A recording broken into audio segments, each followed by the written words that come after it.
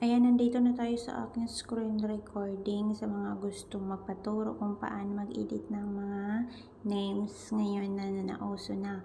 So, pupunta lang tayo sa Google. Ayan, nakita nyo yung ideogram sa taas. Yan lang yung i-type nyo, tapos i-search. Ayan, meron kayong nakita dito sa baba na ideogram. I-click nyo lang yan. Ayan, mag-sign up with Google lang tayo. Tapos, pag na-sign up nyo na yung Google nyo, magpili lang kayo na Google na gusto nyo ilagay. Ito sa akin. Ayan, nakalagin na ako.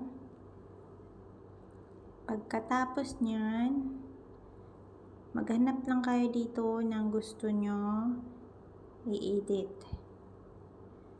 Ayan. Ayan, ang dami. Ayan, ito sa akin. Ayan, nakita nyo ba yung remix dito sa baba? Yung may plus? Ayan, yung may plus. I-click nyo lang yan.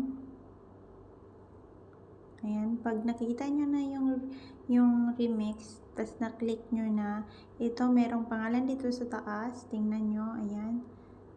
I-delete nyo lang yan. Yung pangalan lang Ayan, lagyan ko na ng pangalan ko. Pagkatapos nyan,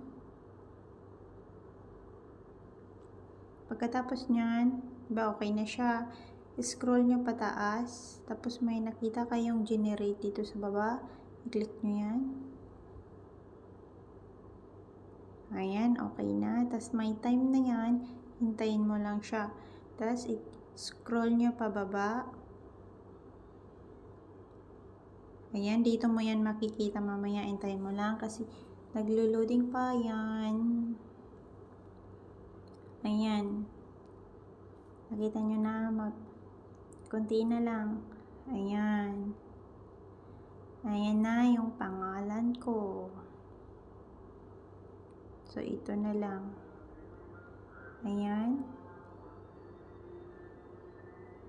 Ayan, ang dami. So, hindi ko siya gusto. Ulitin ko ulit. Ganyan. Dapat, ito lang yung ilagay ko. Ayan. I-generate natin ulit. Ayan na siya. Ang ingay dun sa labas. Sana all.